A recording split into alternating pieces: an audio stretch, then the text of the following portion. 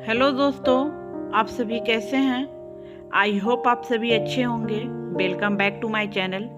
तो आज मैं कहानी के रूप में एक लेकर आई हूँ शॉर्ट स्टोरी, लकड़ी का ऑटो रिक्शा। क्या है? लकड़ी का ऑटो रिक्शा शीर्षक। तो इस कहानी से कुछ सीख भी मिलती है जो हम आपको लास्ट में बताते हैं। और अगर हमारा वीडियो पसंद आए तो एक लाइक करें, सब्सक्राइब करें, बेल आइकन घंटी दबाना न भूलें और इसे अपने दोस्तों के पास ज़्यादा से ज़्यादा शेयर करें। तो हम ये वीडियो स्टार्ट कर रहे हैं। माधव एक छोटे से गांव में रहता था। माधव की एक बीबी और एक बेटी थी, लेकिन माधव के पास कोई नौकरी नहीं थी। एक दिन सुबह माधव की बीबी ने माधव से कहा कि ऐसा कब तक चलेगा? अब हमारी बेटी बड़ी हो गई है, तुम्हें कोई ना कोई काम धंधा तो देखना ही पड़ेगा। इस पर माधव बड़े ही गुस्से से कहता है कि क्या मुझे घर पर रहने का शौक है? अब मुझे यही काम ही नहीं मिल रहा है तो मैं क्या करूं? दूसरे दिन माधव काम ढूंढने के लिए बाहर जाता है और पूरा दिन काम ढूंढने के बाद बेचारे माधव को कोई भी काम नहीं मिलता। फिर वह उदास होकर घर वापस अपने घर लौट जाता है। माधव की बेटी उससे कहती है, पापा क्या तुम्हें आज भी कोई काम नहीं मिला? इस पर माधव कहता है, हाँ बेटी, मुझे आज भी कोई काम नहीं मिला। इस पर उसकी बेटी कहती है, क्यों न तुम हमारे पास के वन विभाग में नौकरी मांगने जाओ, शायद वहाँ उन्हें किसी काम के लिए आदमी की जरूरत हो। इस पर माधव अपनी बेटी से कहता है, ठीक है बेटी, मैं कल वन विभाग में काम मांगने के लिए जाऊंगा। दूसरे दिन माधव वन विभाग में नौकरी मांगने के लिए जाता है। वहाँ वन विभाग में ऑफिसर माधव से कहता है कि तुम कौन सा काम जानते हो? इस पर माधव कहता है कि मैं बढ़ाई का काम जानता हूँ और लकड़ी से कोई भी चीज़ बना सकता हूँ। ये सुनकर माधव को काम मिल जाता है और वो सारा दिन वन विभाग में काम करता है और शाम में कुछ लकड़ी के टुकड़े बच जाते हैं तो वह वहाँ के ऑफिसर से पूछता है कि इन लकड़ी के टुकड़े क्या करें। इस पर ऑफिसर कहता है कि हमें इन लकड़ी के टुकड़ों की कोई ज़रूरत नहीं है, तुम चाहो तो यह लकड़ी के टुकड़े अपने घर ले जा सकते हो। शाम को माधव घर जाते जाते रोजाना वह बची हुई लकड़ी के टुकड़े अपने साथ घर ले जाता है और अपने घर पर जमा करता था। रोजाना लकड़ी के टुकड़े अपने घर ले जाया करता था, लेकिन ऐसा करता देख एक दिन उसे पुलिस ऑफिसर ने भी कहा और उससे कहा कि तुम वन विभाग की लकड़ियां चुरा रहे हो।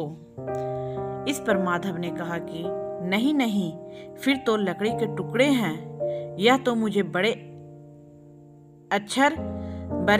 सर नहीं ले जाने के लिए कहा था। लेकिन उस पुलिस ऑफिसर ने माधव की एक बात ना मानी और माधव को नौकरी से निकाल दिया। माधव बेचारा बहुत परेशान था। जो कुछ पैसे उसने कमाए थे वह ले जाकर उसकी बेटी को दे देता है और कहता है, यह लो बेटी, मैंने इतने ही पैसे कमाए हैं और मुझे नौकरी से ही निकाल दिया गया था। इस पर उसकी बेटी कहती है, मुझे तो ट्यूशन क्लास के लिए पैसे चाहिए थे, अब मैं क्या करूं? इस पर माधव कहता है, फिर ठीक है, तुम यह पैसे से अपनी ट्यूशन पूरी कर लो। एक दिन माधव घर पर बैठकर सोच रहा था, क्यों न जो घर पर लकड़ी रखा है उससे कुछ किया जाए। उसने एक हाथ गाड़ी बनाई, पर हाथ गाड़ी पर वह सवारियों को ले जाता और पैसे कमाता, लेकिन वह हाथ गाड़ी पैदल ही ले जाता था, जिससे उसकी वजह से लोगों को शहर पहुंचने में बहुत टाइम लग जाता। थोड़े दिन के बाद माधव को सवारियां कम मिलने लगी क्योंकि वह पैदल ही गाड़ी चलाता था और लोग उसकी गाड़ी में बैठते नहीं थे। इस बात से टेंशन में वह पहाड़ी पर खड़ा था और उसे अचानक एक वहाँ एक्सीडेंट हुई और वहाँ एक कार दिखाई दी।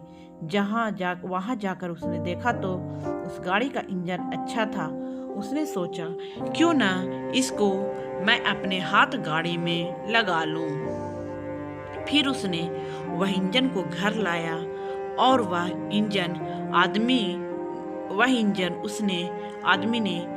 उस आदमी ने उसे इस इंजन को दे दिया और उसका थोड़ा सा नक्शा बदल दिया, तो उसमें लकड़ी का एक ऑटो रिक्शा ही बना दिया। उस लकड़ी के ऑटो रिक्शे में इंजन बैठने की वजह से वह बहुत तेज चलता था, जिसकी वजह से वह सवारियों को 2 घंटे में शहर पहुंचा दिया करता था। अब बहुत सी सवारियां माधव के लकड़ी के ऑटो में बैठने लगी। दूसरे ऑटो वालों ने माधव के खिलाफ कंप्लेंट लिखा कि पुलिस स्टेशन में क्यों वह इंजन कहीं से चुराया कर लगाया है। यह बात सुनकर पुलिस इंस्पेक्टर वहां तुरंत आए और इंजन ऑटो से निकलवा दिया और माधव को बेचारे को बिना इंजन के ऑटो चलाना बहुत कठिन हो गया। उसकी बेटी की नौकरी लग जाती है, पर वह जॉब करने लगती है।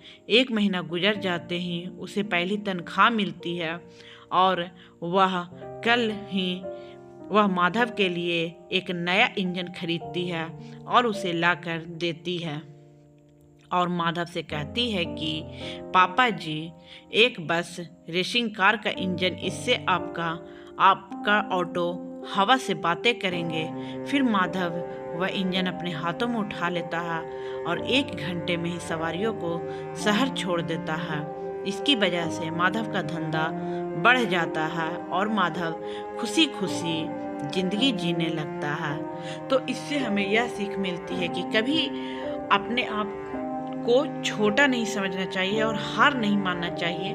आगे जिंदगी में कुछ करते रहना चाहिए, न कि थक हार कर अपने परेशानियों से हमें भाग जाना है। ऐसा करना नहीं है, हमें कुछ न कुछ दिमाग लगाकर आगे काम करना है, जिससे कि हमें एक नया मोड़ मिले।